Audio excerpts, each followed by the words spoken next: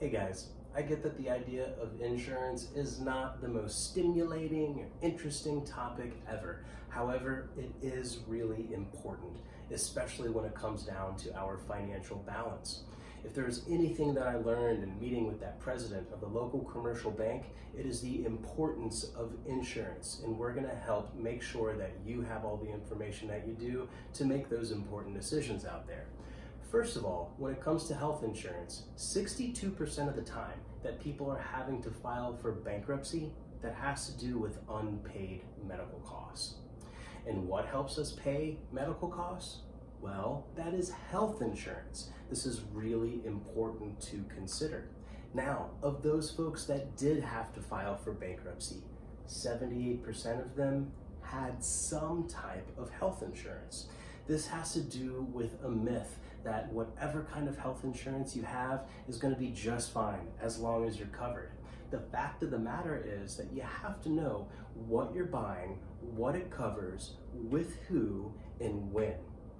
And you need to make sure that this meets the financial and physical needs of yourself or your loved ones, depending on whatever unique situation you and your loved ones happen to be in.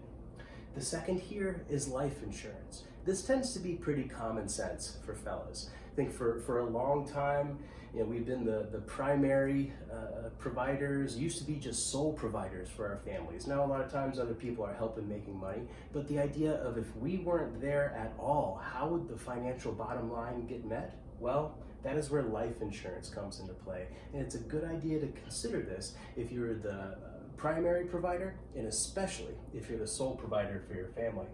And last, but certainly not least, it's important to consider disability insurance. A lot of the times us fellas don't consider this because we're just like, hey, I'm tough, I can do it, I'll do my job until I have to retire, or maybe I'll just do it till the day I die if I have to.